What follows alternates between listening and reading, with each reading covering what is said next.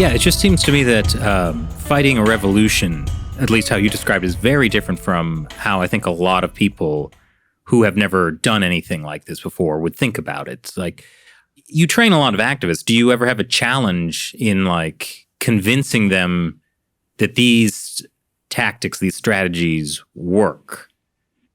The thing that Canvas does is never convincing people. It's like, this is not our job to tell people what to do. There is a simple reason for this. Foreigners can give you only the wrong advice.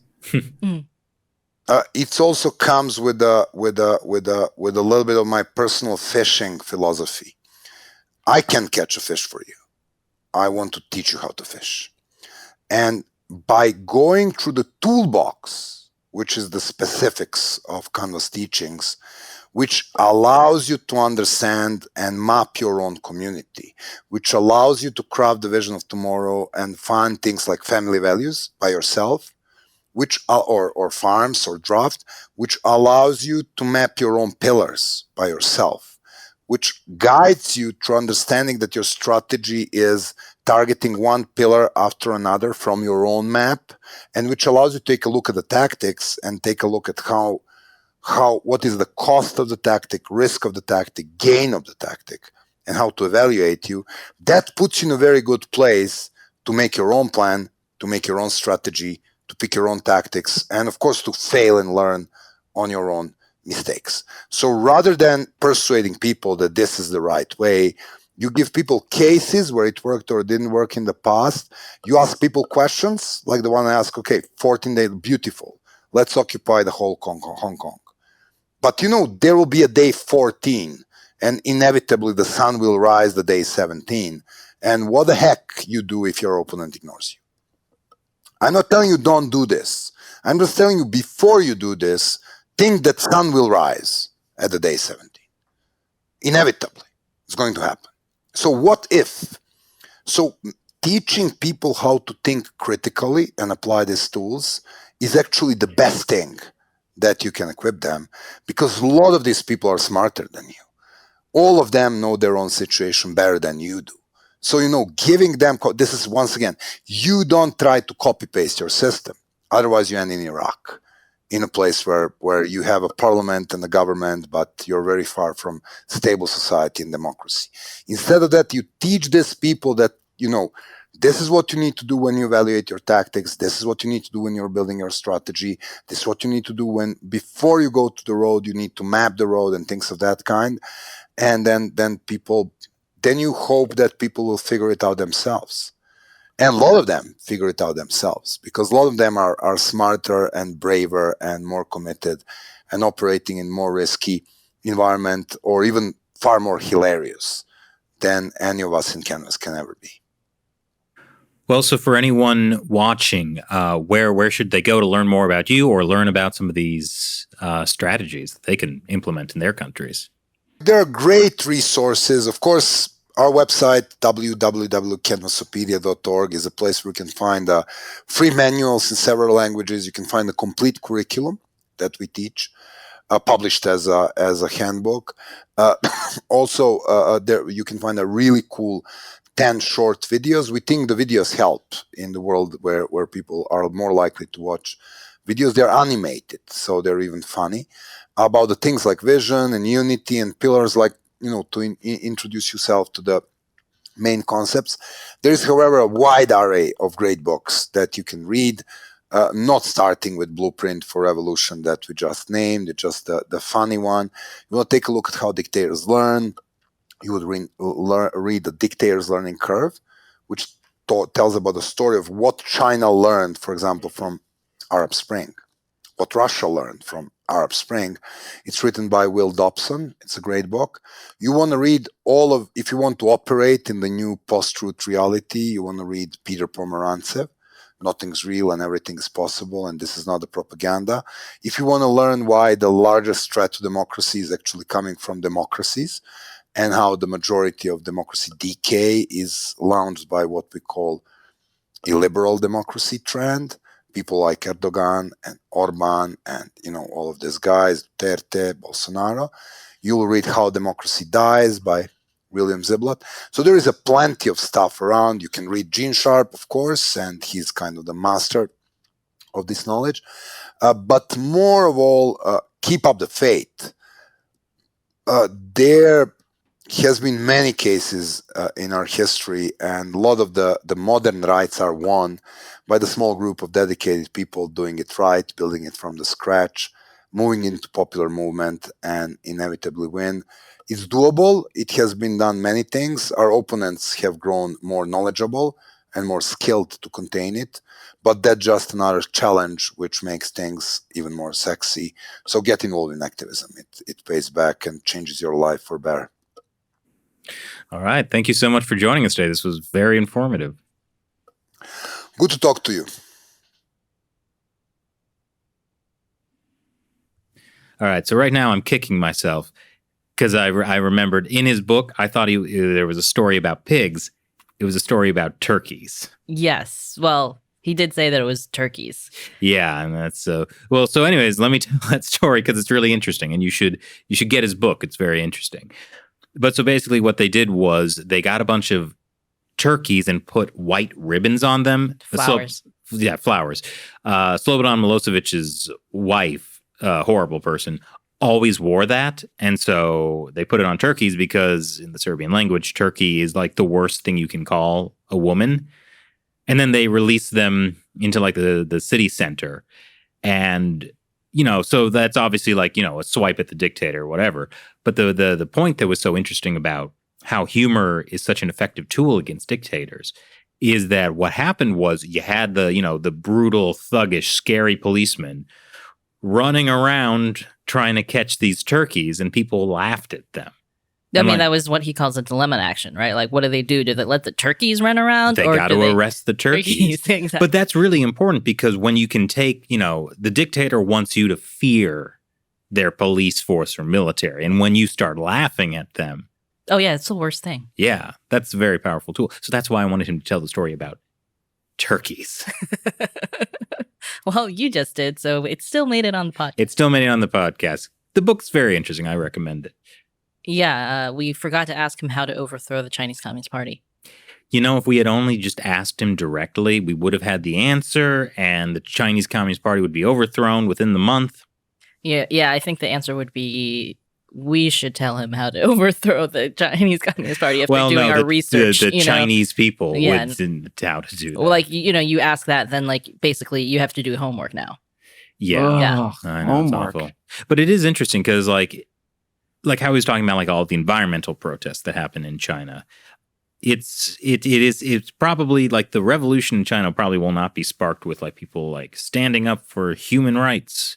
There's got to be like those tangible things. Well, if you look back at the 1989 like student democracy protests in Tiananmen Square, right? Like it started out as kind of like an anti-corruption protest. Like it was about wanting the government to reform. It was not about like overthrowing the Chinese Communist Party. Yeah. It kind of eventually got to the place where they were calling for democracy. But in the beginning, it was kind of like the country, because the country was going through economic reforms, and they were like, we also want, government reforms, essentially. Well, even more specifically, it began because an official that was actually beloved by the people because he was kind of a reformer died.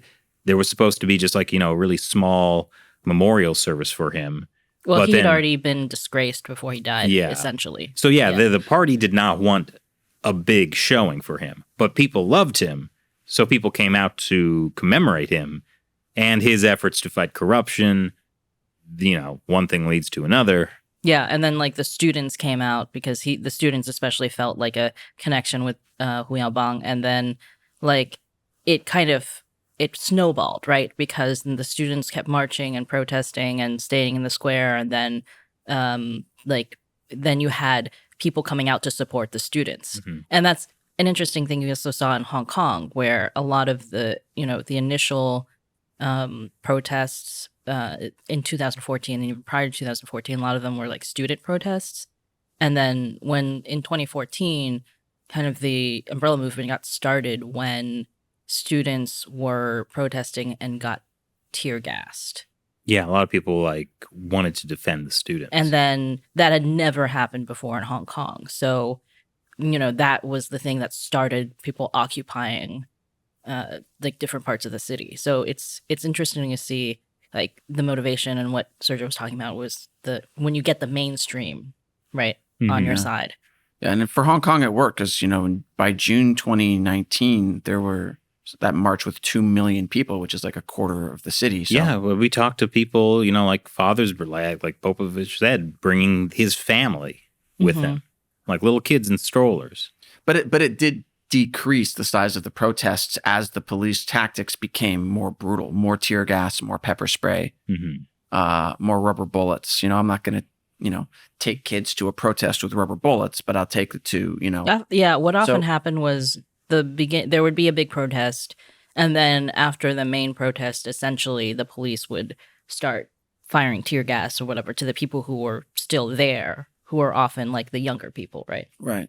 Yeah. And we also saw, like Popovic was talking about, how they're like the more extreme wing was very aggressive towards the police. Not obviously in the way that the police were returning the aggression, but they were not like trying to make friends. Like this is aggressive for Hong Kong, which is like less violent than any. It's less violent than the U.S. protests. Yeah, like almost police, any protest that you see in the U.S. So it was in most cases there weren't like direct confrontations, but there was a lot of spray painting the police HQ. Yeah, like so there was, I mean, not violence definitely by American standards, but like yeah, it definitely became a different, because I remember in 2014 people were just proud of how civilized they were as protesters. They started like their own recycling program. Yeah, like you'd go to the Occupy like areas and they would be like, yes, like people kept trying to show me the women's restroom because they were occupying this area where like there were public restrooms in this nearby park, and people would be like, look, like people like donated beauty products and like hand soaps and like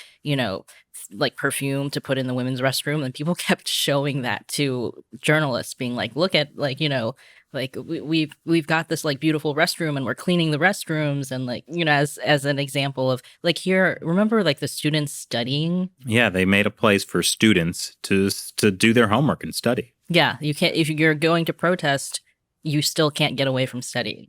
Yeah, but I noticed a big difference between 2014 and 2019 is in 2014, right, they occupied, Central, right? They occupied that main like freeway that basically goes through downtown Hong Kong for, what was it, 79 days or something, right? In 2019, they didn't occupy it at all, except we saw many times for like a few hours, suddenly they completely blocked traffic, completely occupied the whole thing, and then later dispersed. Right. So they figured out how to change it from this draining long-term occupation to actually we can occupy this any time we want. Mm-hmm. And we'll just leave and then we'll just come back. Leave. Right. Yeah. And so that was more powerful. And that's, like what Srdja was talking about, the Maldives, right? You have a protest and you leave before things can get bad. Right. So but that actually shows an even greater power of the movement to be able to mobilize people. And I think that was one of the many things that terrified Beijing. Yeah. I mean, I hope people in China are like taking a look at some of these materials that like Canvas has put out to, learn ways to tackle a regime like the Chinese Communist Party. You might want to be using a VPN. Yes, that's a very good idea. I think probably you'd have to be. Yes. We could check, but I would be surprised if it wasn't blocked in China. Chris, I think you can recommend a VPN. That's true, but then this would just be a goodwill recommendation. Yeah, Surfshark. Yeah, Surfshark actually, just to their credit that they're not sponsoring this episode, they did actually sponsor us, not only for the last like 2.5 years at least, but also they sponsored a bunch of the stuff that we had done to help fund our Hong Kong trip in 2019. That's true. That's true. So appreciate that. Yeah. Well, anyways, I would love to hear what you guys think about some of the things that were discussed in this podcast.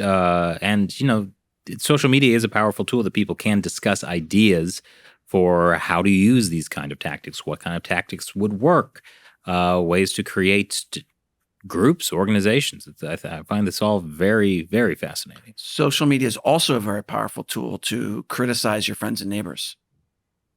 Well, thank you for ending us on a great, hopeful note, Matt. That's why you keep me on. We still haven't gotten that spray bottle, have we? Once again, this was China Unscripted. I'm Chris Chappell. I'm Shelley Zhang. And at least for now, I'm Matt Gnezda. What does that mean? It means I don't know how long you're going to keep me on the show, Chris. You're the producer. I don't know that we could take you off the show. That's excellent. Wait, Chris, we have to organize a social movement to overthrow our dictator. That's right. But I can also learn from Blueprint for Revolution and understand what you're going to do. No, you should read How Dictators Learn. Actually, that's better. Yeah, the Dictator learning curve or whatever. Yeah. Okay, that's my next read. Goodbye.